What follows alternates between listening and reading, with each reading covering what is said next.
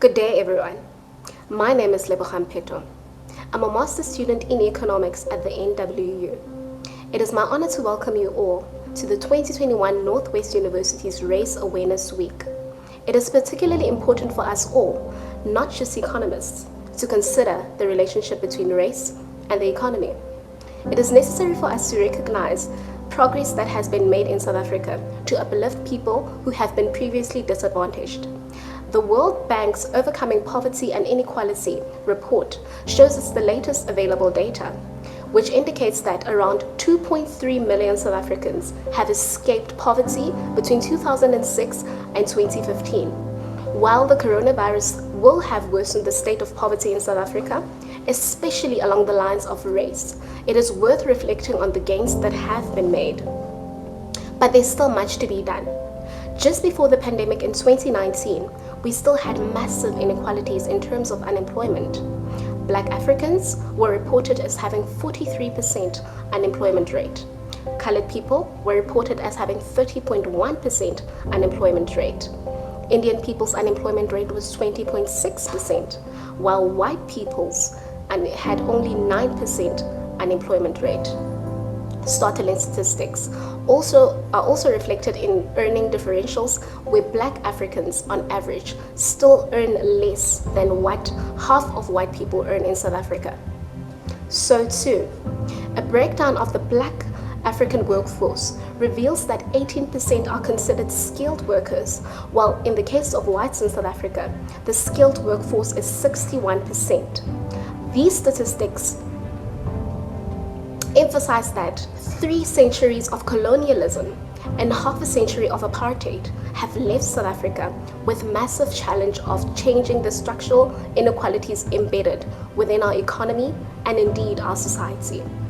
One of the main reasons for us hosting these cross-curricular events during RAW is to augment our learning outside of the classroom. This week is an opportunity for us all to learn, wake up, and to reflect. We encourage everyone attending this session to acknowledge that as a community that encourages intellectual discourse, that we need to ask the hard questions, but that we always remain respectful. That we push to understand better, but also know when to listen better. That you embrace being comfortable with the uncomfortable. As you watch the contributions made by the various speaker or speakers in each session, please feel free, not just to type questions, but even your thoughts and reflections in the chat box. You don't have to wait for the discussion section of the session. Please contribute via text from the moment we start with the session. If you are enthusiastic about unmuting your mic, you're more than welcome to raise your hand. If time allows, the facilitator will encourage you to unmute yourself. We hope that for each of you, this session will be the start of a conversation that leads to action just beyond Race Awareness Week. In closing, the patterns of race representations as well as gender and class demonstrate the longevity of racialized hierarchies of privilege in our country. Approaches to regulate, stimulate, and steer the economy are critical matters to contemplate as a university community embedded within broader South Africa. We look forward to your engagement. Enjoy, geniet het, itumele, le thabeng le rona.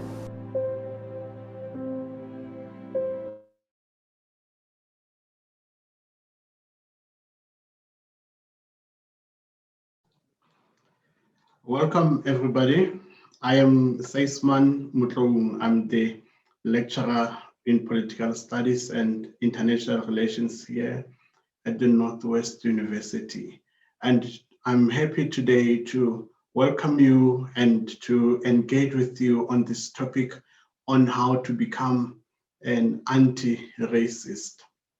It is a very important topic for us, and I hope that you will be getting understanding and you will be enlightened further, or some issues that need clarity, you will be clarified. But before we go any further, I just want you to understand that this session will be recorded and it will be uploaded later on the NW YouTube channel. So if you want to have a look at it later on, please be free to look at it and to watch later on. What we are doing today, we have a panel with the students that I teach. I have on board Kamugelo, I have Luyanda, I have Dr. Sambo, I have Maria Ntalambe, I also have Bukelani and Tandiwe. These are people in the process of teaching and in the process of discussion. I found them to be opinionated. They have strong views. Some are already controversial around what racism is, who could be racist, who cannot be racist, and to prescribe in a way how to overcome racism and how to become an anti-racist. So I think we will be very enriched by their engagements. So just now, we are going to watch a video contribution where I'm summarizing, because as we speak, we are reflecting on Professor Kendi's book on how to become an anti-racist. So he speaks from a personal point of view, his experiences of racism at school and society in the USA. So he kind of presents his own thesis on how to become an anti-racist and certain things that he disputes. So for now, we're going to look at that pre-recorded video, and then afterwards, we are going to talk. So I need you for now to, as a brief, put your comments in the chat box later on, and we will continue with the process. My name is Sysman Motloung. I'm the political science lecturer at the Vanderbilt Park School of Political Science and International Relations. I'm happy to join you today and to have a discussion about anti-racism, which is a very interesting discussion for this Race Week that is held and facilitated by the Northwest-Universiteit. So what I want to first say is that some people find anti-racism or topics about racism very uncomfortable, but that does not mean we have to ignore the conversation. We see today that overcoming racism is very pertinent to a global justice agenda in recent times. We would see that in the US, in the Australia, Europe, there has been an emerging movement of right-wing proponents who are against a very inclusive society in a way. So we see these incidents in a way are those that have, I would think, annoyed those people who feel inclusive societies, inclusive communities are relevant in our time. That is not any international experience only. We also have seen in South Africa that incidents of racism, of alleged racism, have been prevalent in previous years. Those in South Africa would understand or recall the Penny Sparrow incident, or recently in Mpumalanga, where black people were killed looking for a job at a farm. So this calls again into question the extent to which South Africa has become an inclusive society. So it is fair to accept when we talk about racism, we refer to white supremacy and the subjugation of black people. Or if not black people, it's black people of color. In a way, the darker one's skin is, the more likely that one is exposed to discrimination. So generally, our discussion about anti-racism is to engender that enlightened or rational consciousness towards race relations in our community.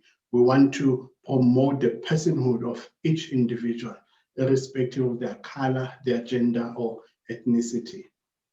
Now, when we look into anti-racism, we want to think about also affirming the humanness or the personhood of others, because those who have been victims of racism would are reduced or made to feel less of a human. So anti-racism will foster that social cohesion and a multicultural society that South Africa needs. And it is also a commitment for those who want to uphold social justice and a liberal order. So in a few reflections, we can also recall in South Africa how Black people have been saying they have forgiven white people who have not asked for forgiveness related to the injustices of apartheid. This claim suggests that white people have not been willing or have not taken an initiative to reconcile with the Blacks in South Africa. This is why it is important today for us to talk about anti-racism. So we want to think, as Black South Africans feel that uh, white people have not made an effort. It is not only this kind of a social opinion or public opinion about race relations and reconciliation.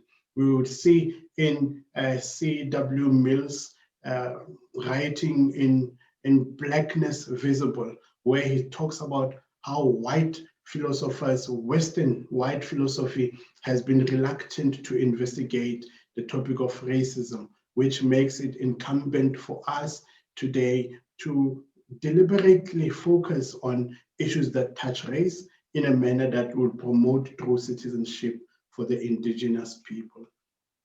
Mills, in that Blackness Visible, he makes some observations that lead us to really reflect and to make sense of the evident supremacy of the white people. His argument is that anywhere in the world there is this global white supremacy. I think what he says there is that wherever you go in the world, you will find it is white people who subjugate the Black.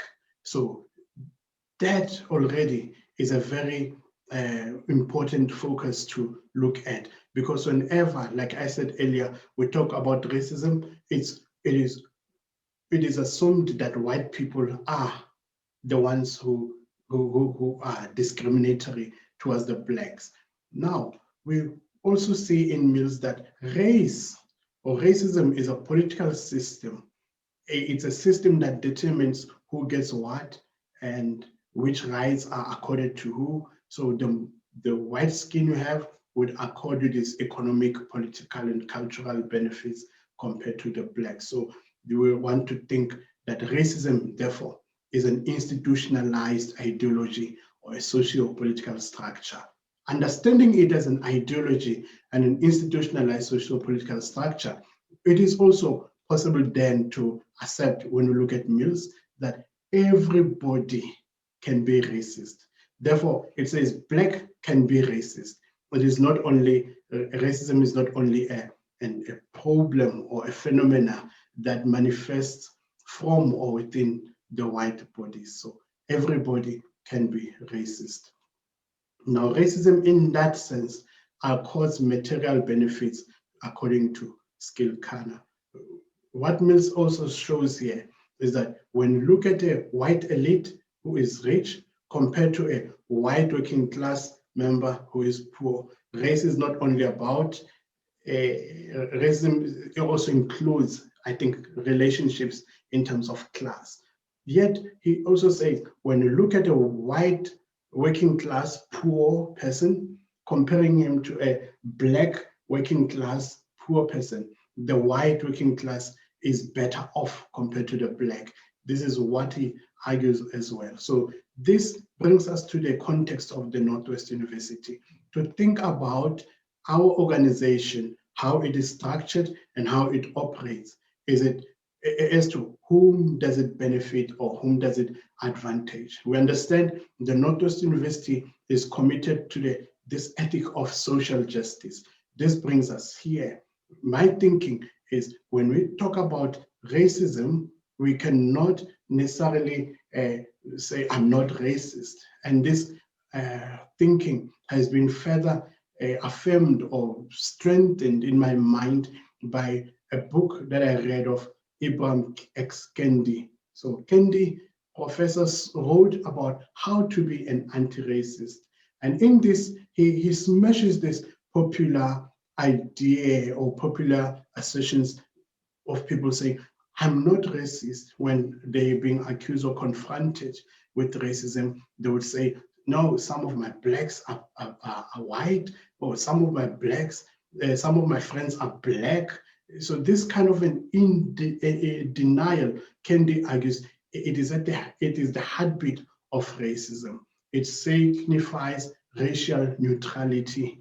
So it is not enough for one to say, I'm not racist, or to say, I have white friends or I have black friends. What Kendi is saying is that the opposite of racist is anti-racist, not racist, if you get it.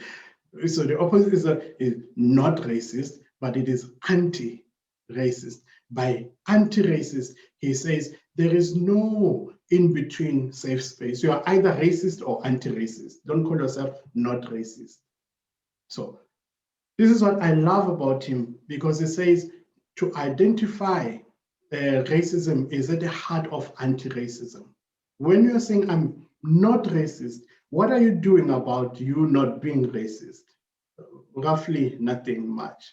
But when you say I am anti-racist, you have now embarked on a conscious and a deliberate program to identify racism and to dismantle it. This is now what we think the NW should be talking about when we say we're overcoming racism. We don't want racist passivity. We don't want color blindness. We want to see color.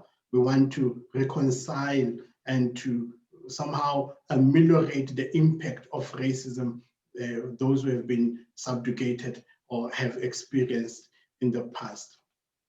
So we come to appreciate, therefore, that Black people are racist as well. So in this, we conceive reality, the reality of anti-Black racism and anti-white racism. This is what anti-racism is about. You don't appreciate Blacks who are racist. You don't appreciate whites who are racist. So these are not fixed identities, let's say. I think Kendi says you can be racist in 1 minute and anti-racist the next. I think it's also around what interests one is invested in. So related to some considerations, you could be racist, and like I say, sometimes you could not. But what I liked in Kendi's book was that anti-racism is a movement of focusing on power instead of people. We don't want to look at Brandt. We don't want to look at Johan and make Johan an enemy. We don't want to look at Thabo and make Thabo an enemy.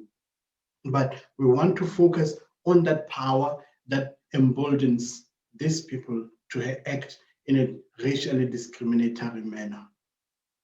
So we want to change policy instead of changing people. This is what Professor Kendi argues in his book.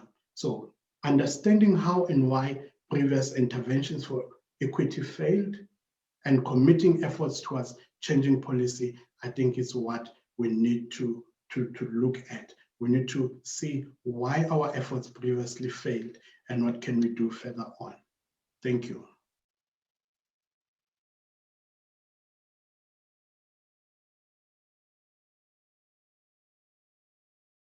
So thank you for that. And as I have spoken in that video, it is what Professor Kendi had said.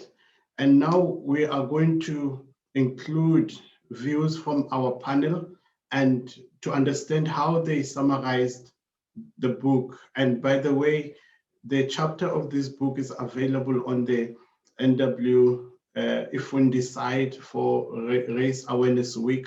So if you had accepted to be included in that group, you should be able to access that book and what Prof. Kendi is saying. So as we proceed now, I would love to also encourage you, number one, as we speak or as our panel is also contributing, submit your comments in the chat box, and later on, we will be reading them out and we'll be responding to them. and there will be a time where we take questions. And at that time, feel free to raise your hand. And then when I call your name, our technical team will unmute you, and then we'll be able to have you speak and to comment or to criticize or disagree or to ask for clarity on what we have discussed. So for now, I'm happy as what we did or what we clarified in the book. So I will now allow for our panelists to begin to contribute or speak to what they have reflected on having read the book and what their perspectives are about racism, whether it's within the institution, NW, or in society, to understand then as an institution, how do we proceed on? Like I said, anti-racism is about you deliberately and consciously being willing to confront incidents of racism. So how do they now, our panelists, what is it they indicate or highlight as incidents of racism? And so they will be guiding us around that. So I will give first to Kamogelo to say, what is it that is about racism in our society and how to move on from there? So it will be Kamogelo, Luyanda, then it will be Sambo, and it will be Maria. After Maria, it will be Ndlalambe, and then it will be Bukelani, and we'll encapsulate the discussion with Tandiwe, and then proceed to the question and answer sessions from there on. So Kamogelo, I would have you maybe now start making your contribution. Thank you, sir. Hi, everyone. My name is Kamogelo Ntsweng. I am a Bachelor of Arts in Psychology student at the Northwest-University's Potchefstroom campus. I am a heavy advocate for getting to a world where we can all live as one and when we can all live as equals. Racism is a topic that I am extremely passionate about after learning about it for almost my whole life and doing a bunch of activism and a bunch of active community participation to end racism. I have become extremely passionate about it. Racism has seeped its way into every sphere of society and development. It is systematic, it is institutional, and it is more than just saying racial slurs or being visibly violent towards marginalized groups. Racism is a result of decades of oppression, and it is a result of building a system whose goal was to maintain inequality. And these systems still continue to work to this day in our country. South Africa's history with apartheid and it being very recent makes us a very unique case.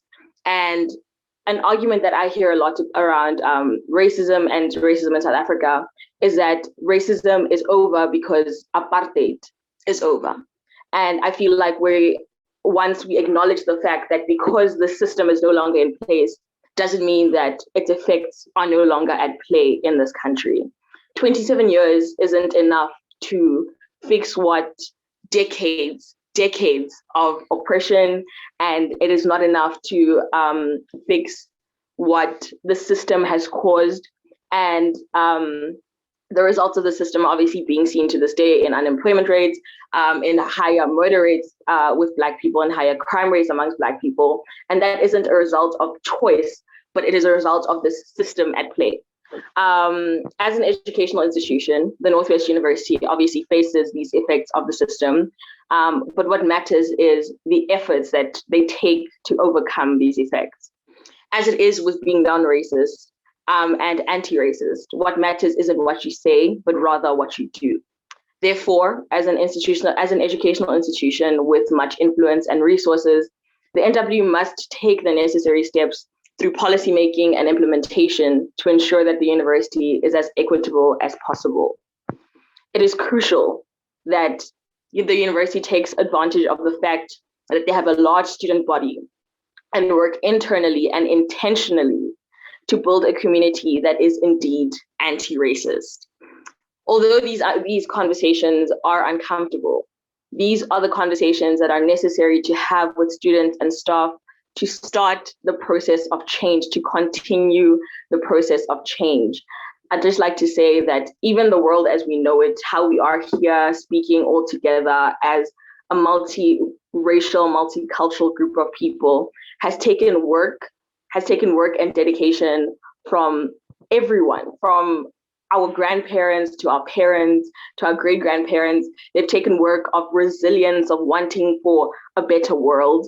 And I feel as though if we just conform and if we just let racism continue in our school and in our society, we're doing them an injustice. It's almost like their efforts are unseen. The efforts of big names that we know, like Nelson Mandela and Winnie Mandela and Robert Sobukwe. These are big names that we know, but if we just continue and take racism for what it is and just take everything for what it is, we're going to diminish the efforts of these people, including our parents, including our grandparents, and our great-grandparents. If we become comfortable in a society filled with injustice and inequality, we're not only being complacent and accepting the nothing that we're being given, but we're degrading what went into fighting those inequalities. Being anti-racist isn't just saying you're a racist. That's the difference between being a non-racist and an anti-racist, is that an anti-racist actively makes the effort to change these systems. They actively make the effort to be involved in conversations like this. They actively make the effort to correct family members, to correct friends when something is said or something is done that is obviously racist or unfair. And if we make the active choice that we won't conform and we won't accept these racist ideals and these racist norms that have sort of become normal in our society, it is then that we can become anti-racist ourselves. I personally disagree with the racism. Racism is an institutional thing, but it is also a personal choice. As much as we are taught how to eat and walk, you are taught how to be racist, and you have to make an active choice to continue to be racist. It is nothing that is inherent. No one is born as being actively racist. Obviously, there are systems in place, but as a personal choice for you to exert that power onto someone is a personal choice that you have to make. And as much as you've been taught that it is a personal choice that you can make, it is also important that we teach you that it is a personal choice that you can undo and that you can unlearn. So yes, thank you so much, guys, for listening to me. Thank you. Okay, thank you very much, Kamogelo. Michelle, I see you have your hand raised. Is there anything you want to say? Oh, no, Sysman. I was just clapping hands. That was such an amazing contribution. Okay. Oh, that's a hand clap. Yes, sorry. Okay. Thank you, Kamogelo. May we please have Luyanda coming on board? Can everybody hear me? Yes, we can hear you. Okay. My name is Boyanda, and I am doing bachelor in philosophy with philosophy, politics, and economics. Okay. So obviously I'm here to talk about racism. So in the years 2016 to 2017, race-related complaints reached 69% and increasing every year. Yes. Sorry to interject. Would you please be closer to the mic or speak a bit louder? You're not audible enough for us. Okay. How is it now? Better. Thank you. Okay. In the years 2016 to 2017, race-related complaints reached 69% and increasing every year. Racism has been our everyday struggle, and we are to blame apartheid. But what if it is more than just apartheid? Family and parents are the most influential people in children's lives. If parents could speak to their children about race and how they shouldn't feel one particular group, shouldn't feel that one particular group is bigger or superior than the other. Then we might be able to decrease the number of complaints as time goes on. It all starts at a young age where children are taught how different we are instead of how united we could be. I feel like we should all lose the mentality that one race is superior than the other because the mind is more powerful than anything. It is the 21st century and we shouldn't feel, Black people shouldn't feel inferior to white people and white people shouldn't feel superior to Black people. Where is that equality we were promised? We are not free in our own countries. Why is that? There's little we can do for this generation, but there's a lot more we can do for the next generation. Anti-racism activist Jane Elliott once asked if you as a white person would be happy to be treated as this society in general treats our Black citizens, to stand up and no one in the crowd stood. Then she asked, you know exactly what's happening. You know you don't want it for you. I want to know why you're so willing to accept it or to allow it to happen for others. You are not born racist. You are born into a racist society. And like anything else, if you can learn it, you can unlearn it. But some people choose not to unlearn it because they're afraid they lose power if they share with other people. We are afraid of sharing power. That's what it's all about. Jane Elliott.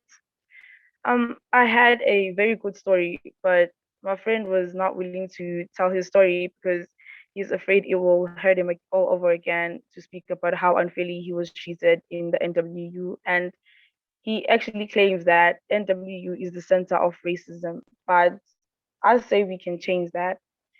We are just different in color, yes, but we shouldn't make any other student feel bad about their color or culture because it all starts within us. If we learn how to be racist, we can unlearn it. We can be anti-racist. We should overcome racism, and together, I think we can. Thank you. Yanda, you're referring to your friend who seems to say NW is the epicenter of racism. Could you explain a little more what this friend of yours experienced that had developed this mindset? Okay. There was this day. They were walking to campus. And then these white people came out of the car. Not like the heads actually like they actually called out from the car, and they called them the K word and raised the finger at them. Like so they were driving by. Yes.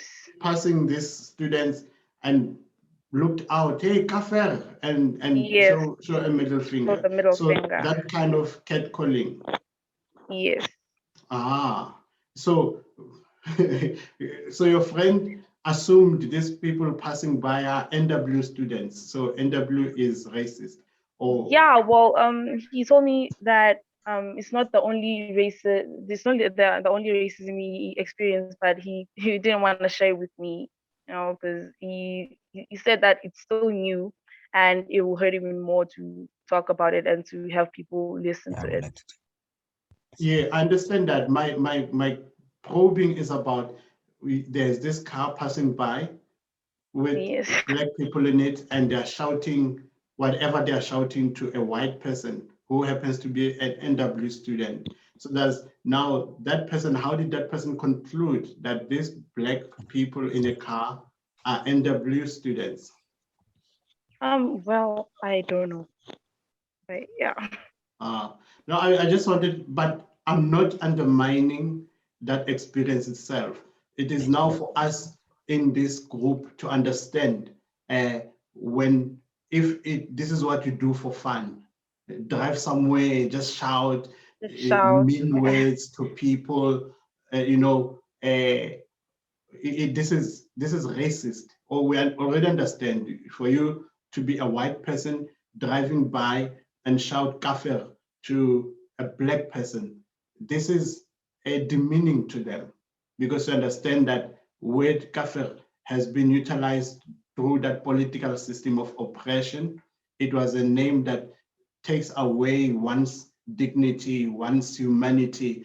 It is condescending. It is totally, if you were to say it, you could be arrested even. That's what I'm saying. You, in my video, remember Penny Sparrow, who was stopped by the police, but she was ranting to the police, kafir, kafir, you know, numerously mentioned this kafir word to police officers who are black. And she had to be fined for this, this besmirching of one's dignity and personhood.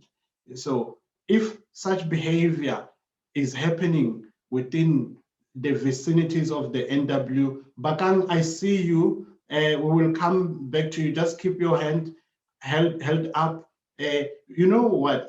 Because now we're a bit disrupting, let me recognize you. What do you want to say? Sysman? Yes? So sorry. If it's possible, if we could just keep to the contributions from the students first, just so that we get through all of them. And then if everyone that is keen to raise their hand could just keep their hand up. And as soon as we're done with the contributions from the various panelists, then we can go in order of hands that were raised. Then that would be great, just so that we make sure we get through everyone, if possible. Yeah, I'm that's what I'm trying to do, but you know, sometimes conversations are fluid. By the time we go back to her or to this Bakang person, it would be, you know, a bit disjointed somehow. So I'm trying to do it quickly to see how that contribution would fit in context to the recent presentation we've had, and I'll do the best to keep it under control. So Bakang, what do you want to say?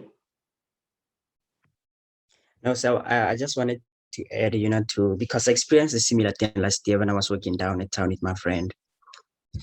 So yeah, and then we were working at town, working by the road, and then this other woman came by, and then she was working with her kids. I think she's colored.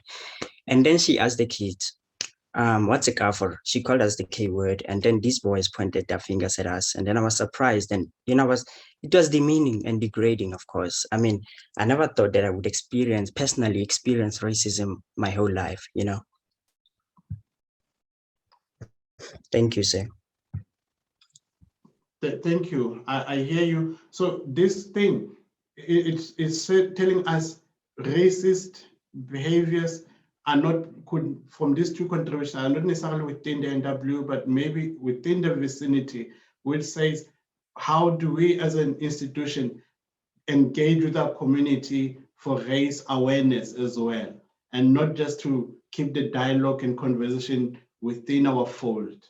So it's an observation that we will follow up on. So I would now give to Sambo, Dr. Sambo, to have his contributions.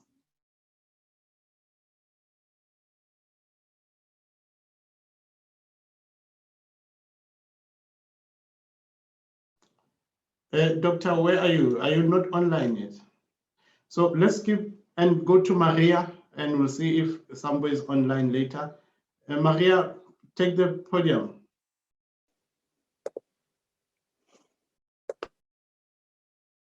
Hello, everybody. My name is Maria or Marley, and I'm also a student at the nwu-pukke. I'm a first-year student, and I'm doing a BA in language and language practice. I prepared a little document that I'm just going to read off before I forget about anything that I wanted to say. When speaking about racism, it is important to differentiate between individual racism and systemic racism. According to the Webster Online Dictionary, racism is a belief that race is a fundamental determinant of human traits and capacities, and that racial differences produce an inherent superiority of a particular race. This is individual racism. Any individual can be racist no matter their skin color. The act of being racist isn't discriminatory. Black people can be racist towards white people, and white people can be racist towards Black people. To fix individual racism, we have laws against hate speech and social shunning of people who are racist. But the bigger problem and the more serious problem is systemic racism. This is a racism that doesn't get fixed on an individual level. It cannot be fixed by uplifting certain individuals and punishing others. Before discussing the solutions of this problem, let's quickly just discuss the problem. I like to use this analogy. If I shoot you in the knee and I keep shooting you and I just stop, I can't throw my hands in the air and say, okay, well, I stopped shooting you. We're equal now because you need medical attention. This is what happened when apartheid ended. Though it was ended 27 years ago, there has been little improvement to the lives of ordinary Black South Africans. According to the Department of Statistics in South Africa, 49.2% of Black South Africans over the age of 18 falls below the poverty line. Ending apartheid was step one. We need to build on that. Many would argue that the policies in place today isn't racist, but the laws and policies doesn't have to be racist to produce racist outcomes. The leaders in the ANC wasn't immune to the greedy grasp of capitalism, and we see this in their band-aid policies and their refusal to target the root problem. Thus, we cannot trust our government to fix these problems for us. We need to do it ourselves. First, we have to acknowledge that there is no such thing as an innocent bystander. It is not enough to just not be racist. We have to start actively fighting against it. We need to start being anti-racist. And how do we do this? We start investing from the ground up. The Northwest-University can help by investing in primary and high schools in poor communities, as well as providing a place for extracurricular activities for children. We can, for example, start a soccer club for teenagers, helping to keep them busy after schools, thus keeping them away from the temptation of crime, because we know that poor socioeconomic situations lead to increased crime rates. And this can even be another opportunity to provide these children with food they so desperately need. It is time that the NW, as a university, uses its power and money to influence others to follow in their footsteps. And yes, this is just what I wanted to say. We need to start taking action. We can't just discuss the problems. We need to do something about it. Thank you, Maria, for also giving us this need for action. And I see in the chats, we will come back. Lehlonolo, keep your hand raised and we'll address it later on. And there are certain observations I'm making in the chat tool. And then when we are done with our panel, we will now begin to probe further into them and also provide clarity. Ndlalambe, are you around? It's your turn. I am here, sir. Thank you. Continue.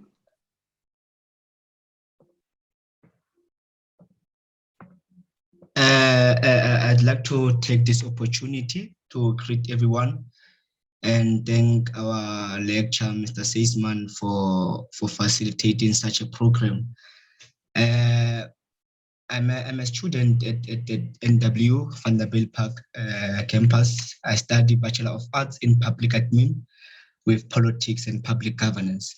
So I'd really like to start by disputing a fact that was made by Mr. Sysman, saying that Black people can be racist, and I dispute that notion by saying Black people cannot be racist, but they can be discriminatory. So according to Ibram X, Kendi, he states that if a discrimination stipulates, or if a discrimination attacks a racist policy, it can be racist. So I think Black people for a very long time have been subjugated to this racism, and they are acting out of frustrations. They're acting out of but to some extent, I can agree that they can be racist in a way that they don't act towards a racist policy. Now, I'm making my submission to say to differentiate, as Ibram did in this chapter that we read, that we need to understand the difference between being racist and being anti-racist. And we need also to understand that there are policies that are racist that play a role in racism. And also we need to understand that there are also racist ideas that perpetuate that comes from racist policy. So Ibram Kendi says that racism is a racial discrimination, and racial discrimination is a visible manifestation of a racist policy. So a racist policy can be described as laws that seek to discriminate people according to their gender, what they believe, or their culture, or something like that. And an anti-racist policy, it is the policy that seeks to sustain equity. So then there can be a racist person. A racist person is a person who protects these policies and he sustains them through actions. So we are dealing a lot as a country as these racist policies are institutionalized, you see. So racist people been supporting racist policy through action and inaction. That's how Mr. Kendi describes this. So doing nothing, if I'm saying inaction, because if you are doing nothing to face this racist policy, then because essentially racist policies are a norm. So if you are doing nothing to attack those racist policy, then ultimately you are maintaining that norm of racism. So I'd like to go and extend this further to focus on our institution, NW. I think somehow NW supports racist policies to a certain extent. I will just make an example to say we have an institution with over 11 languages represented in it, but you see that the institution only prefers a certain language, which is Afrikaans, to be over other languages. So that is a problem. That's been racially discriminating.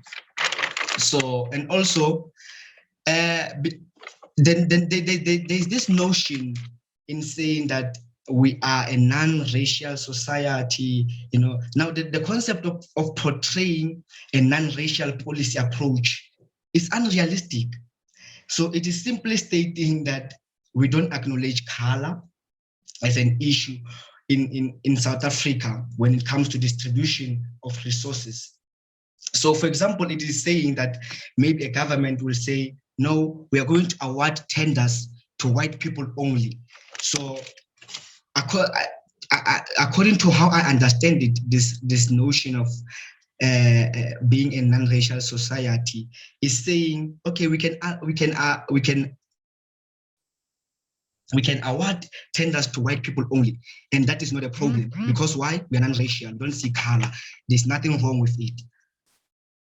So it's like we are not acknowledging the injustices of the past that Black people had to bear. So, you know, according to Mr. Ibram, he says that racist policy leads to racist ideas. So this idea of having Africans being preferred in an institution under democracy where we have 11 languages, it's really unfair. It's really unfair, and I think it perpetuates a racist policy of saying we are a non-racial society. So I believe by the notion of saying we are a non-racial society, it's been racist on its own. So, and also I'd like to submit that, you know, these people when they are doing these ideas, this racist policy, it's not because they hate Black people. No, it's not that. I think it's all about self-interest. Because now, if you're going to have an Afrikaans language being preferred in an institution, so which means now you are helping this Afrikaans speaking people to their lives become easier. You know, their lives become easier, and that is a problem because now you are not universal in approach. Why then don't we say we are only using English language in an institution? Because now if you are saying you are adding Afrikaans, what about the Tsonga speaking people whose language is not preferred in this institution? So you see now this our institution is now perpetuating or supporting the policy of racism. So racist ideas, they allow these people to excel in their academic. I'm making it an example about Afrikaans because it's a real issue, it's a fact, it's happening. So it allows them to excel in their academics. It allows them to maintain their culture, their cultural academic lives. So you see now self-preference, it's all about self-interest. So now if you prefer a certain language or you prefer a certain ideology over others, now you are being racist. So I think for us to be an anti-racist institution, we need to do away with Afrikaans. We need to do away with it and use only one language that is universal. So it's confusing because now you are having a question paper and there's English and it's Afrikaans. You don't know, you really don't know what is happening. So if we have English, then it covers everyone. It covers everyone and everyone is allowed. Then coming to South Africa, I think how the approach of being an anti-racist, the anti-racist policy will be to question the wealth gap that is growing. It is exceedingly growing. So we need to come up with policies that seeks to challenge the wealth gap that is growing in South Africa. We also need to attend to the issue of land, which is very important and very sensitive in a way. So you see, we can't be having 70% of the minority of South Africans, or the minority of white South Africans owning 70% of the land, whereas we have like maybe 10% of the majority owning the land. So that's discriminatory and it's racist. So if we can then approach this thing by saying, let's share the land, let's all have equal land.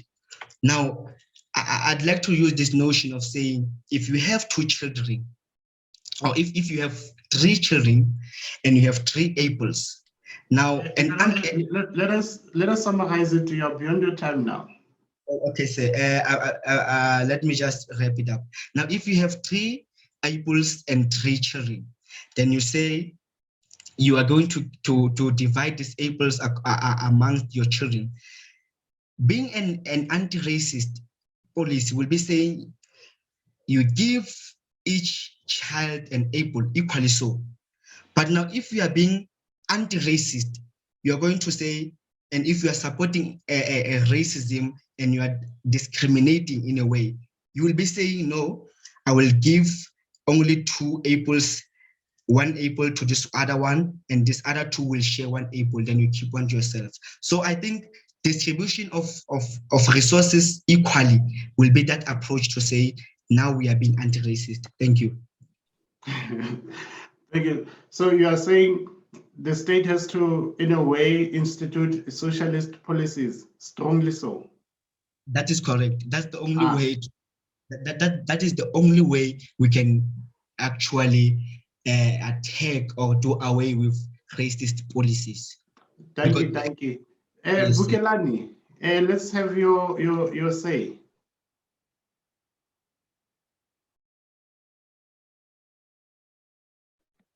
Mr. Motloung, can you hear me? I can hear you, my learned fellow. All right, thank you. I think I'm gonna, because I didn't hear, I think it was Mary and Stembi, so because like I had like some issues with my laptop. I think I'm gonna take a very slight approach, which might be problematic for a lot of people, but it's fine. People can engage me on that. But I'd like firstly to respond by wrestling with the text, the chapter that was written by Professor Kendi. He said a lot of things that make sense, but at the same time, I agree with him like wholeheartedly in a lot of things. But I think I will have to outline, 3 or 2 things that I disagree with him on. The first one is the idea that we can unknowingly strive to be, racist. And my position on that is this: I know a lot of, white people or white races who are very conscious of their behavior as racist. At the same time, they are aware of their behavior. They are aware of the power dynamics that are involved in the interpersonal relationship between a Black person and a white person. And to substantiate that argument, I am reminded, for example, of a book that was written by Professor Xolela Mangu in 2008, which is titled The Arrogance of Power. In that book, Professor Mangu is alluding to the fact that power is conscious of itself, but power becomes, most dangerous when it is unconscious of its actions, or when its actions take on a certain automaticity. And for me, it is clear, for example, that if, for example, you pursue the idea of trying to, study the dynamic of power relations when it comes to a person who's in a position of authority or power in relation to someone who's not in the position of power, then it becomes apparent that someone who's in the position of power, by the virtue of being in that position, it is what guarantees him this assurance or this behavior that others are less of human beings than him, or others are inferior to him on the basis, of that power. So my assertion in this case is that I disagree with Professor Kendi on the basis that we are unconscious in terms of becoming, racist. I'm saying people who are racist, they are conscious of their racism, and they are conscious of the power dynamics that are involved in the act of being a racist in relation to those that they think that are inferior to them. Another point is his selection of mode of studying racism in our society, because he's saying let's do away with these traditional methods of looking at racism or trying to understand racism analytically in our society, which is institutional racism, structural racism, and systematic racism, because he suspects that those are ineffective in terms of locating to us like the locus and the focus of racism as to what is racism and where is racism, so that we can tackle it differently. Because his mode, he's relying so much on what he called a racist policy, which is the policy that are racist in America. Of course, it's understandable because he comes from a society, or he writes from a society whose racism is riddled at the level of policy, because racism in America still operates largely at the level of policy, whereas in South Africa, it is no longer the case as it used to be, for example, during apartheid, when the nationalist government was pushing and advocating and administering the agenda of white supremacy on the level of policy nationally. But here in South Africa, you find that as much as Black people don't own institutions, as much as they don't own these institutions, but at the same time, racism still finds its way at the level of policy, but not in the manner in which it happens, for example, in America.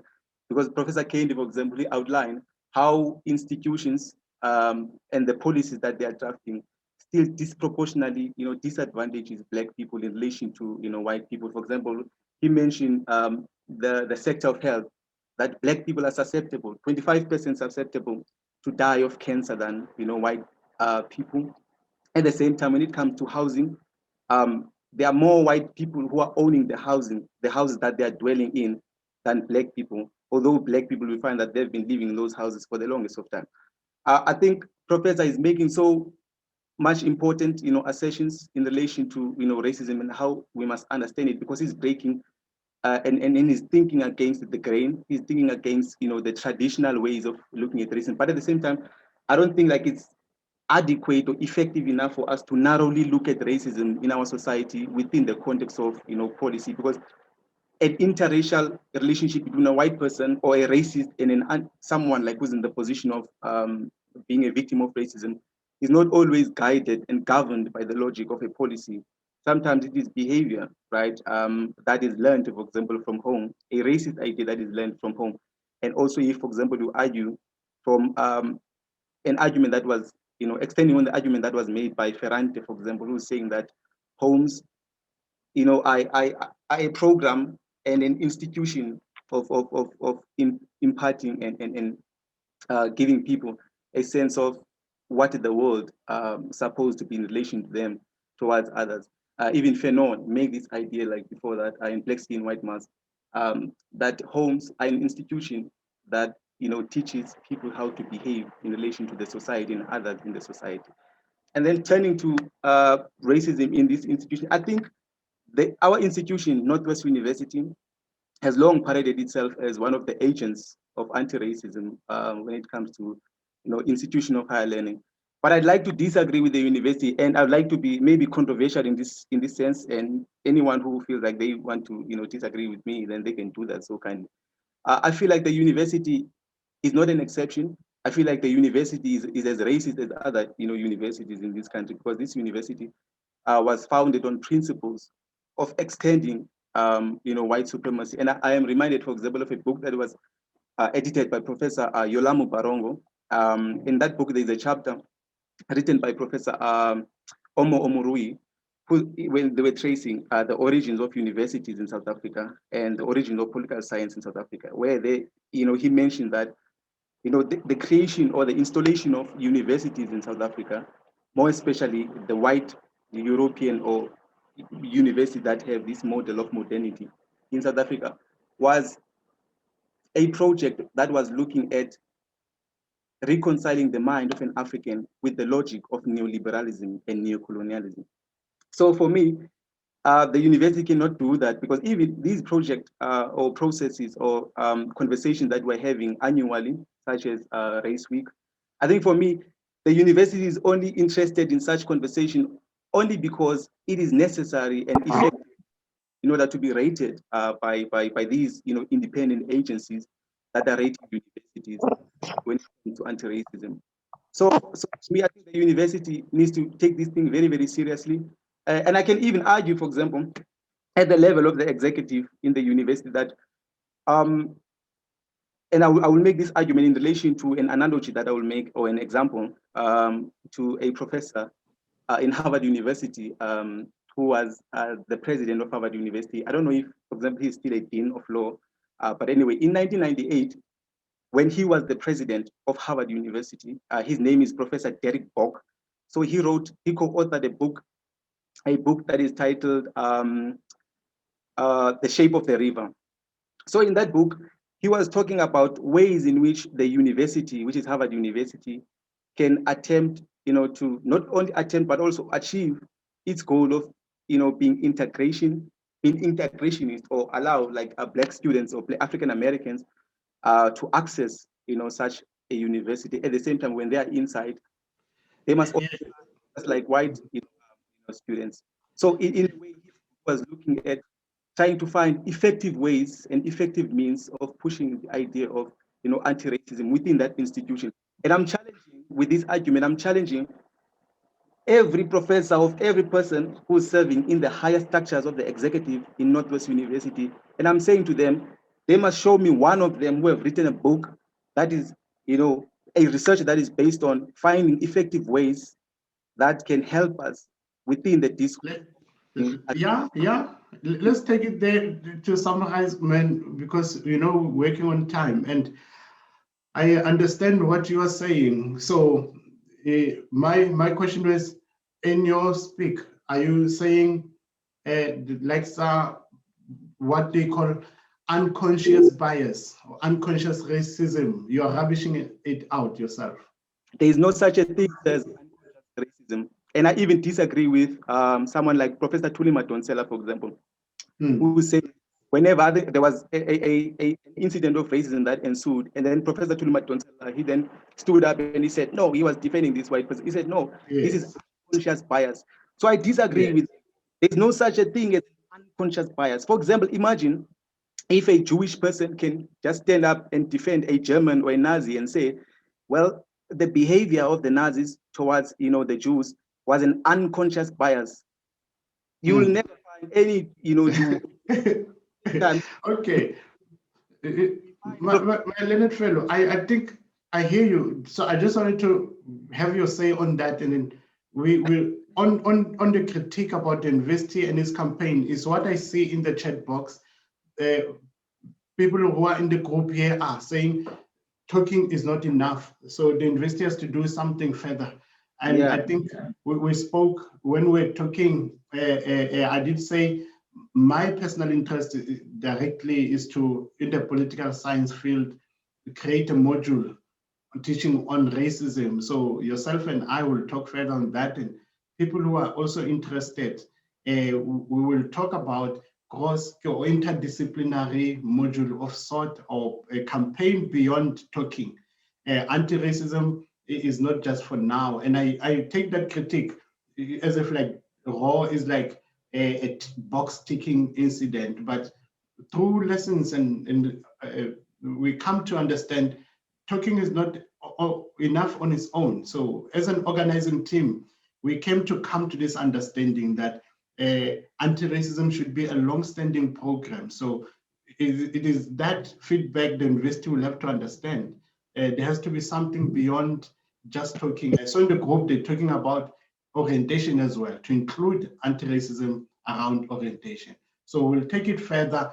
Thandiwe, let's hear you as we proceed. Running at Usain Bolt speed.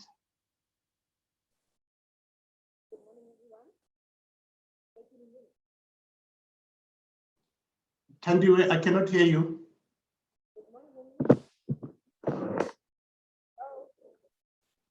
I cannot hear you. I hear a bit of faint sound, so a bit closer to your microphone.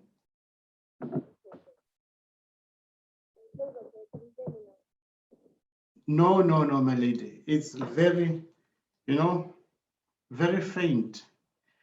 Can you stand on a chair or something?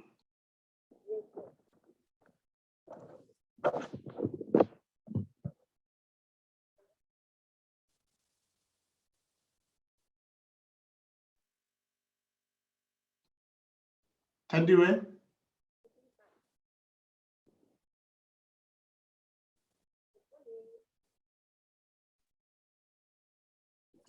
Sysman, perhaps in the interest of time, I don't know if we have another panelist. Perhaps we could move to them and come back to Thandiwe, or else maybe Thandiwe could make a contribution in the chat box, if possible. That could be. We had missed Sambo. I don't know if he's here. If he's not here, we could be done with the panelists. So is Sambo around?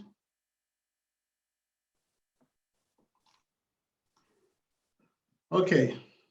So unfortunately, due to that connectivity, internet, this is challenges that we encounter during classes and stuff. So I don't know how we could get Thandiwe on, or maybe we could, Michelle, arrange with her to do a video that we can load onto that YouTube channel separately, but we are missing it. So we could say we are done at this point. What we will now do is attend to hands that were raised. I think Lehlohonolo is the first person to really hear first. So Lehlohonolo, you had your hand raised. What is it you want to say?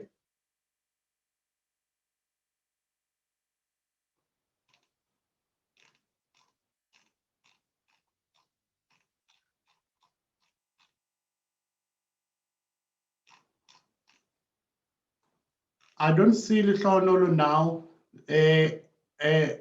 Was that Sibonile? Thank you very much, sir. Can you hear me? Yes, I can hear you. Yes, thank you. I think I want to make a contribution in relation to the question at hand. for me, NW is racist in a sense that, there is an epistemic injustice that is leveled against, Black people in general. So this institution, this white institution, there's a certain, way that these knowledges that we get from these universities, they teach us that as Black people, really, we are inferior. If you can study the works of Immanuel Kant, David Hume, you would then get a sense that, and, Friedrich Hegel, these people, they say that, Black people, do not constitute a civilization. They are not rational.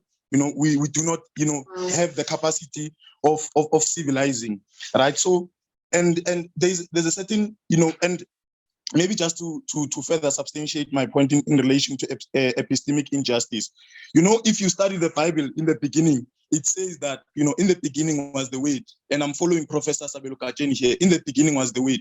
Then later, it says that the Word became flesh. So now, I'm saying this to say that knowledge, creates reality, right? So if we get it wrong from how knowledge, is constituted, then, in the lived, we will see this in the lived experiences. For example, Black people are presented as people who do not constitute knowledge. As a result, they are inferior. That's why we are treated, the way we are treated. So there's also a mistake that is made in relation to institutional racism. We think that since white settlers, are not administrators, meaning that they are not vice chancellors and all of that, as a result, then we are free, as Black people, which is wrong, because the same, Black people are the ones who become, colonial administrators, in that they facilitate, the process of decoloniality, or not the process of decoloniality, but the process of white racism, white supremacy. Right? Then, what needs to be done, or what needs to be changed, is the form of knowledge that needs to be rewritten, right? If you study, one of the, techniques of colonizing, one of the techniques was that these white settlers, what they did was that they went back to our history and changed it in order to present us as, barbaric, so that to push us to the barbaric margins, and then, justify why they are, brutalizing us, why they think that they are superior, than us. So okay. Can I stop you there, capturing from you the element, knowledge, how we're constituting knowledge? And I see Matheson is commenting in the chat about this being a debate, not about how to be anti-racist, because it is a discussion. It could be framed as a debate, but what are we debating about? Defining what anti-racism is, understanding not being non-racist is about, and being anti-racist is about. So I think we will start there to say, how do we frame knowledge about ourselves as an institution, as individuals? Why are we discriminating? What informs our discrimination? And from there on, we can now move on to saying, what should we do about that which we know? So I think it's a good point that you are contributing there about forms of knowledge, or the basis of knowledge itself. So Otis, what do you have to say?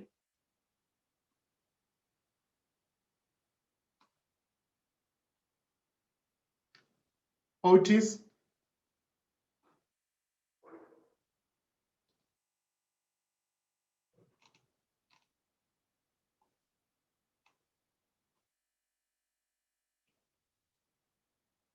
I see Otis is not more any day. So Kamogelo, let's take you.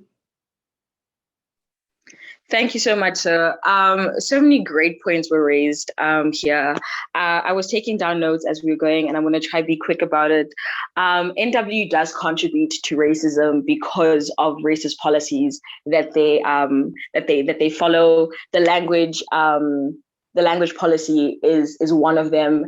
I feel as though if Afrikaans people are allowed to learn Afrikaans, then I should, as a Tswana person, should be able to go to class and be taught in Tswana. And by the Northwest University not doing that, and only pushing the mostly Afrikaans, especially on the Potchefstroom campus, mostly the Afrikaans language, they are then contributing and pushing these racist policies. I'd also like to say that I would like us to understand that racism is a systemic issue. It is not, oh, someone hurt my feelings. This is a systemic issue that is constantly at work. So it is not just about feelings, but rather about racism being seen in the political, social, economic, and even environmental spheres. This inequality, these power imbalances are being seen there. I would also, just another point, I also would like to disagree with you, sir, about Black people being racist. I want us to also understand that racism is about power relations.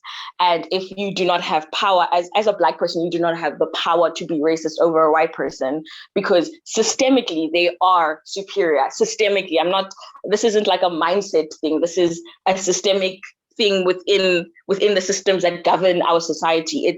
They are systemically superior. Therefore, as a Black person, you can't be racist, but you can rather be, like as Shabangu said, you can be discriminatory or prejudiced, but you can't be racist.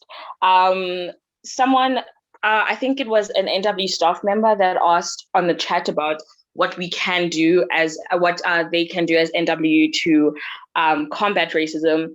Firstly, I'd like to start by diversifying the SCC specifically on the Potchefstroom campus. The Potchefstroom campus has an all-white SCC, and personally, I don't think that is that represents the student body on the Potchefstroom campus. NW loves putting forward that they are a very inclusive university, culturally diverse, racially diverse, but that is not being seen in positions of leadership that can actually drive change in the school. When we have an all-white SCC, I don't know who to go to. Sometimes it is better as a Black person to go to another Black person who can relate to whatever you're coming to them with. Another issue that was brought up was another thing that I would also like to say was someone brought up the point that we don't know where to go if we experience racism, which is very, very, very important. I think those should be made very clear during R&O weeks as to where students can go when they experience racism and exactly the processes that are going to be followed. It shouldn't just be a thing where I go and speak to someone and it just falls on deaf ears and never goes anywhere. People should face consequences for their racist actions. It's not something that should just pass by and pass unattended, because by letting those things pass by, we are only pushing racism further.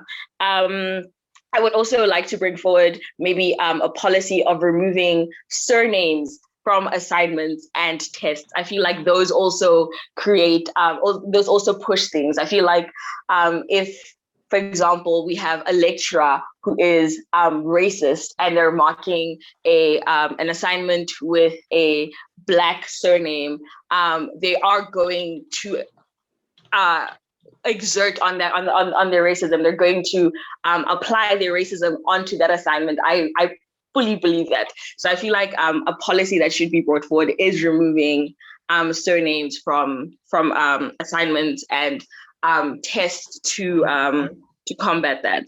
So yes. Thank you, sir. Thank you so much. For that. And I need to say at this point, we are at that almost at the end of this session, but for those who want to keep online or stay online for a further discussion, I think we need to talk more about those solutions as to what is it we can do. We understand anti-racism is about doing something to challenge one's own or personal biases and others' biases. So what is it that could be done in context to the NW? Thank you for the submissions that you made there. But for now, Otis and Stembi, so keep your hands up. We will go now to Robert to do a draw. And then after the draw, we can continue with our discussion.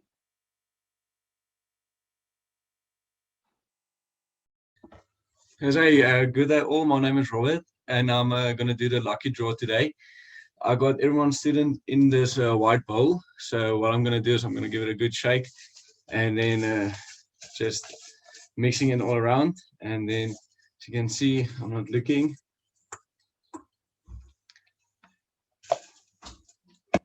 And then the winner of the 10 gigabyte data is 366-91593.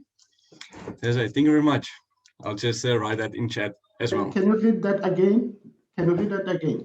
Yes, it's fine. The winner of the lucky number is 366-91593. There's it. I'll also write that in chat for you, sir. Okay, thank you very much. So that is a lucky draw of a 10 gig. So have fun there. I had said Stembiso and Otis and Dempster. So for now, can we take Otis? His hand has been up. He should be tired. Morning, everyone. This is Otis here. I'm Mr. Sambo. I wasn't able to present because I had an error for network, but I'm here now. Overcoming racism in our university. We can all overcome racism in different forms. The ability to embrace our differences and voice as one. We should voice out whenever we're experiencing racism or seeing people being treated in different ways. Because this thing always happens, that white people are always classified in a different way than blacks. But at some point, we also black people put ourselves in a certain class, saying whites are better. That's why there are always issues on racism. We must recognize that racial supremacy is enforced through authoritative powers such as government, law enforcement, and practices. Racism always depends on, mostly on the people who have power, who have influence. And in most cases, racism is from back home. People learn things from back home. I believe it will be best in my interest of racialized people to demand law and punishment to those committee hates, and especially involving violence through the racial statistics. People are being violent to others, not treating people well because of their color, of their language, and of which is troubling most people in our university. Otis, sorry to nudge in, because when it was a time you're not there, so we cannot take further in terms of your submission at this point. Let's say we'll arrange for you on a separate video to put your presentation. So, but I'm taking what you're saying on racism, taking discrimination based on one's color and language. And submissions have been here to say there's a problem about Afrikaans and so forth. And how do you reconcile those concerns with a policy of multilingualism, where arguments scientifically are presented on the benefit of this? Obviously, the discourse has been within the NW about language and so forth. So we want to think further around those things and to say what could be done further on. We've had inputs about that. So let us hear what Dempster is saying, and then it's already 11:30. So if you want to leave now, it's okay to leave, and we would love to take further on those who want to say something beyond what we have said so far. So I would have Dempster to have his comment or questions.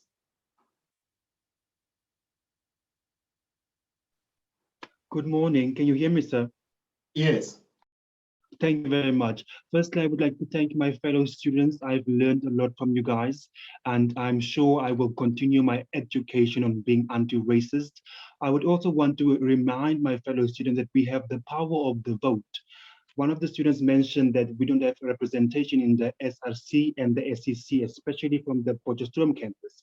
Now, I have been on the Potchefstroom campus and still am, and I do participate on the voting, and I do report my grievances and my differences with my leaders that are supposed to represent me. So let us never forget the power that we have to take up the challenge, to complain and to follow up on our complaints, and to go see these representatives, whether they are white in SCC or non-white in SCC. We have the power to keep them accountable and to report these incidences of injustice, racism, sexism, or misogyny whenever they apply. And we can organize ourselves as students from different campuses to say we are going to vote, we are going to keep them accountable, and going to see to it that when we stand on principle, and we want to get voted into on these principles, so that when we get to management, we report and we keep track of what is being done or not being done. Thank you very much. Thank you. And I see their comments. At this moment, I cannot say which number, which email to contact, but we would think at an institutional level, there is an office around diversity, and within the SRCs, there are those offices of transformation officers. So I think this should be responsibilities at that level. From there on, it's faculty to faculty in terms of their community engagement and how they factor in anti-racism. But we are admitting that, and I'm happy on you talking about student activism and calling for accountability or pressurizing the system from below, and in order to have whatever interests one has. So I want to thank you. And in our earlier discussions, there were a few questions that I did not see necessarily being answered. Eloy asked a question about what phrases to avoid to prevent being or appearing racist. So this is for everyone. Stembiso, I'll come to you just now. After Stembiso, I would love whoever wants to respond to this question as to what kind of phrases or words are being used and they say racist. So what should one avoid saying in order to not to fall into that accusation of being racist? So Stembiso. Yes, I just like to make some clarity on the issues that I raised. I saw questions there on the question of language that I raised in my presentation. There is a comment there saying that NW is the only university that uses Afrikaans, and that is not true. I believe the University of the Free State also does that.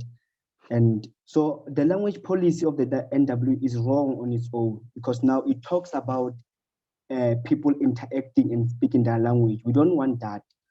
So my submission was that let Africans be removed from the question papers. So that was my argument. We don't talk about people being allowed to speak their language on campus. We're talking about the system that says Africans be allowed on question papers. So I would submit that we do away with that. That's where I wanted to make clarity. Say yes, thank you. Okay. So is there anyone who wants to say which words, which phrases? We already established earlier to say kafir is demeaning. So which other words could a person use that are classified racist? Sir? Yes. Yes, some white people actually say that Black people don't belong here. So like telling a Black person that you don't belong here, it's kind of racism also. Like you just don't belong here, but then there's quality and everything, but yeah. Okay. Yes, Kamkhel. So I think one thing that I find very racially insensitive, especially coming from a white person, is the use of the term Blacks when they don't refer to Black people as Black people, but rather as Blacks. It's almost taking away from Black people's humanity. I think it's very degrading to use the term Blacks. Rather use Black people, because it's very rare that people say white. But constantly hearing people throw around the term blacks. I see, Bonita, you say they. When you talk about they, whether you are a black person, I'm still standing on my platform to say you can be black person. But if you say they, and you are talking about white people, is that racist, or is it only racist when it's a white person saying they, dimense, that people, those people, or you people? So, Bonita. Can I respond to that? So for me, in general, I'm not in belief that only white people can be racist. I think everybody can be racist. I am not a white person. I come from a very racist community. So in general, when people refer to people as a blanket statement, they are like that, of hulle is so, then for me, you like taking everybody in that culture or color under the same blanket, which for me, it's not okay. Within the NWU setting, I've heard this many times, hulle, that people, those people. And unfortunately, it was most of the times when I heard it was referred to people who are people of color. So I experience it as racism. That is my experience, because I mean, a person has a name, you can just say, Bonita did that or whatever, not them or they or hulle, So that's my experience. Thank you. And I see what you're saying somehow touches on what Mina said. Mina spoke about a particular incident going to a particular office, and the discussion was about her or him, and this Mina person decided to leave that space because the conversation was now about, so I think if Mina is on, to tell us a bit more about that. What was this? I think it was, no. I think it was Christel. Yeah, Christel is the one who was talking about this incident with a colleague. So Christel, if you are on, can you tell us more about that? What was the experience itself? And Mina commented about would like to respond to this. So I would want to know, Mina, if you are still there also, respond to this that you said you wanted to respond to. I'm not sure, are you saying you want to respond about incidents around NW itself? So we just had now colleagues are saying within the working space, this is things they have experienced somehow. So I see here, Christel says, poop, Babo, when you say people or kick poop, I don't know what you're saying there, but these are the ways that are to be avoided. Christel, you are there. Can you tell us more about your incident? Thank you so much, sir. Thank you for the opportunity. Indeed. So let me speak a bit louder or closer to your microphone. Would this be better? Can you hear me better now? Okay, great. So let me just create the color context, if you want to put it that way. The situation was that me and a colleague went to fetch documents and had an inquiry about a certain process. And we entered the office where I was a white person, my colleague is a black person, and the person handling the inquiry was a white person. And all of the communication that this person directed towards us was aimed at myself. And it wasn't me that had the inquiry. So in that situation, I turned around and walked out to have my colleague have the opportunity to handle his own inquiry. Because why would I be the one? I mean, I just accompanied him. Okay, so that was the context in that sense. And I think this is very important in speaking to Matheson on how to be anti-racist now. You have two people, you Matheson have an inquiry and you're black and I'm white, like Estelle is saying, and the person assisting us is white. That person somehow ignores you. That person misrecognizes you. I think the good thing is recognition. This person that don't recognize you, the black body, but sees the white body behind you and asks the white body, what is this black body complaining about? So it's like you are now infantilizing the black body. It's like a child who cannot speak for himself. And I applaud you, Christelle, in saying you distance yourself here. You don't want to be here. Let this person be seen. Let this person be heard. This is what I think we want to do about anti-racism. And when somebody says yele or them, I think it's also important for us to speak out against that, to correct those kind of phrases. I hear a whispering voice behind me. What are you saying? Sorry, I'm not sure if I'm the whispering voice. Yes, you are. Continue. If you want to say something, you're still recognized. Yes, thank you. I just wanted to add that that was one context. And in my daily context, there has been situations. I know older Black lady, and my standing had been used for her because she's older than I am. So she comes from a different system than I come from, a different context. But my skin color had been used in that sense to validate her. She had been building a house, and she had been creating an account somewhere, and I had to go with her each time when she was going to pay, and I had to be the one to pay the person. And in that sense, this is also a way that it also showed me I didn't like that at all, because she is the one that's doing all of the work. She's the one that's paying. She's the one that's, I mean, it's her house.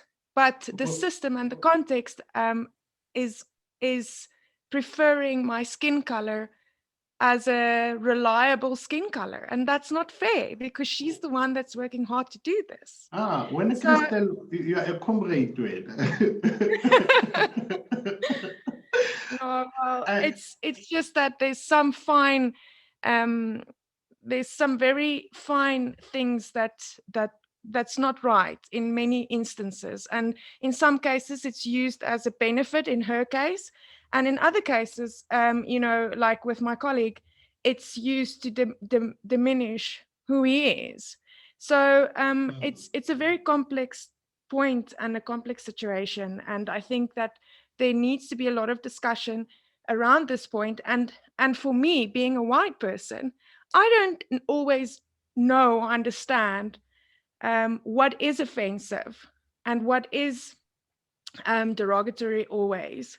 So I think the important point that should be also taken forward from this discussion is where we help one another be anti-racist, because I don't always understand or know how to be anti-racist, but I know that something's wrong. And therefore, I think helping one another to understand and helping one another to be anti-racist is really important. Okay.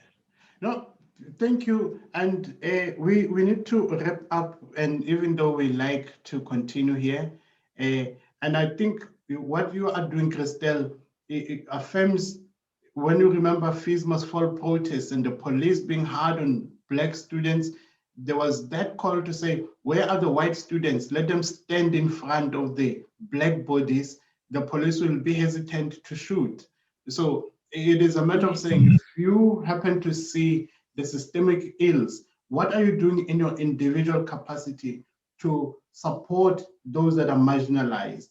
We've also had these stories when you want to book at a B&B or you want to buy a particular house, once they hear a dark Black accent, you are told the rooms are full. But when you're white and you're calling, the rooms are suddenly available. So this kind of elements is to understand them and take that decision individually, because to understand, to transform that system, it will take so many years. So how do you work on your individual capacity to empower and to speak out from those that are discriminatory? So we'll close this conversation with these two voices, Bukelani and Sibonile.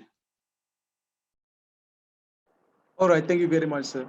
I just want to extend on an argument that I've made earlier on. And then in this case, it is speaking to the survival of such discourses, because I can see that a lot of students, they have interest in having a conversation of this nature.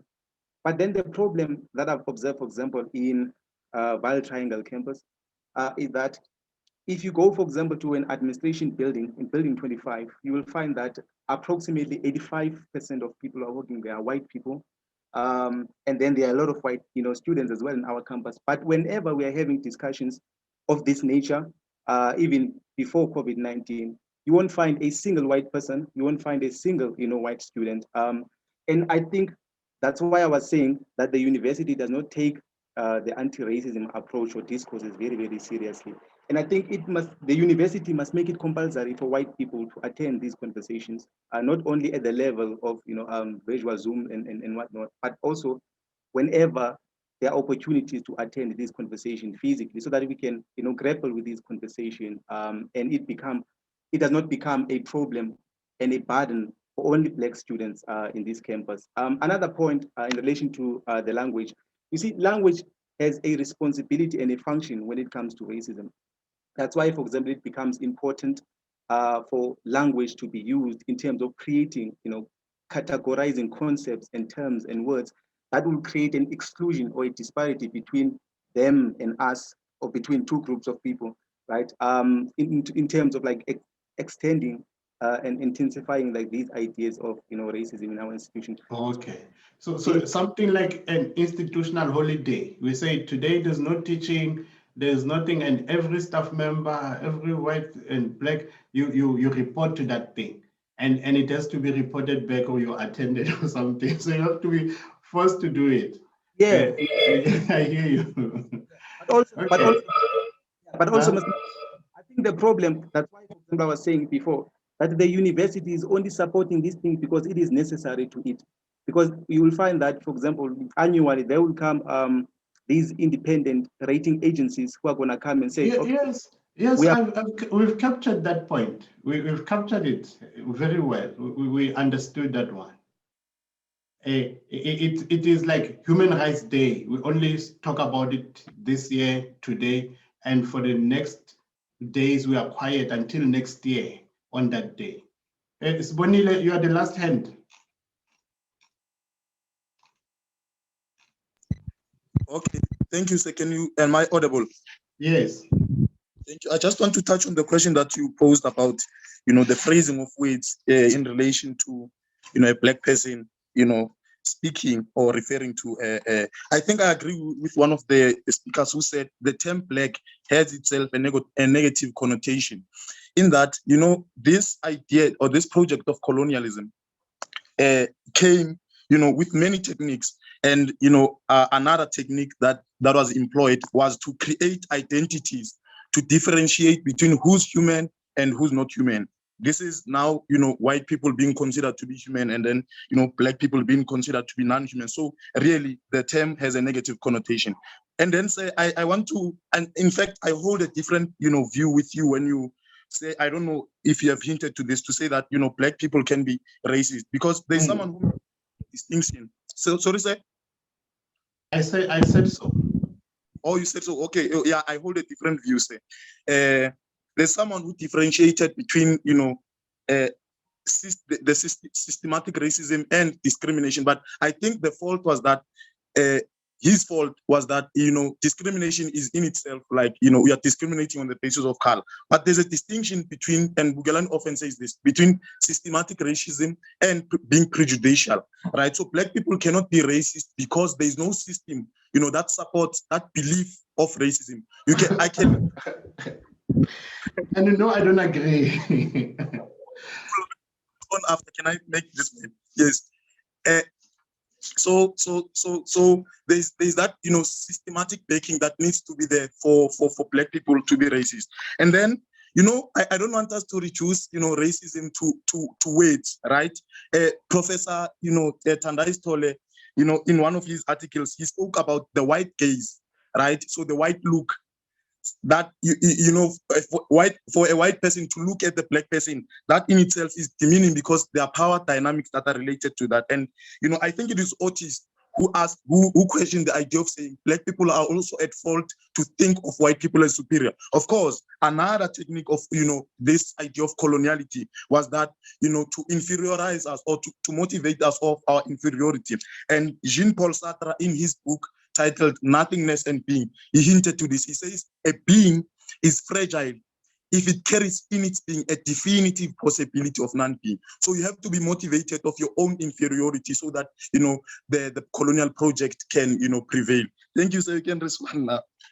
Yes, thank you, man. You know, guys, I have a weakness, so I cannot, we're closing. Bukelani, 1 minute. Okay, yes, sir. And another point, I think this was made by Eusebius Makeza in his book titled Run, Racist Run, in the first chapter and also in the second chapter. See, Eusebius Makeza is cautioning us as South Africans whenever we are talking about racism. He said, we must not, you know, be quick in terms of trying to find solution to a problem that we remain, you know, unconscious of, or we don't have like a depth.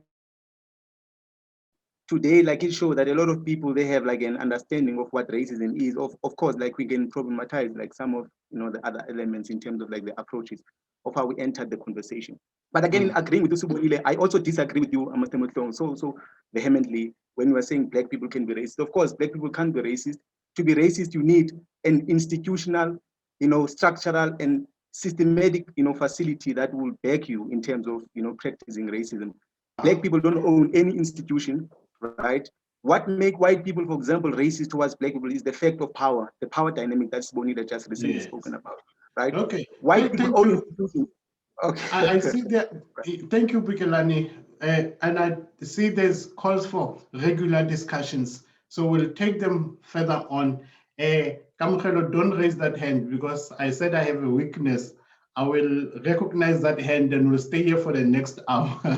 So Kamukelo is just clapping, Sysman. Oh, hey, people, I need some orientation around these things there.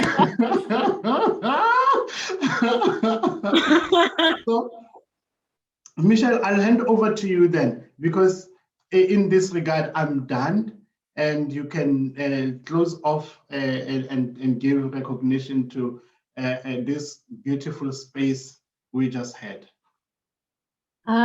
Thanks so much, Sysman. I don't think that I have much more to say, other than thank you to absolutely everyone that attended this. I think that it has been such a productive session, and I think if there's anything that all of us can take to heart from those of us who have attended this session is that this is just the beginning of a discussion, but I think that there are so many opportunities here for reading groups to be started, for weekly discussions to happen. There's definitely a lot that I think the management of the university, when they watch this recording, can hopefully also reflect on. And yes, I would really just like to emphasize that we need to continue to keep those in positions of power accountable. So let's not have it just end at this discussion. That being said, please do join any of the other Racial Awareness Week events, so that we can hopefully have an entire group of people that are not just doing this for a week, but that we're making some lifestyle. But please do join the other events. Take a look at the resources on the eFundi page. And if anyone would like to add resources to the eFundi page, please get in touch with me. My email is michelle.hornevold@nwu.ac.za. I really thank you all so much for joining the session. And we'll see you then for more sessions throughout the week. Have a good one, everyone.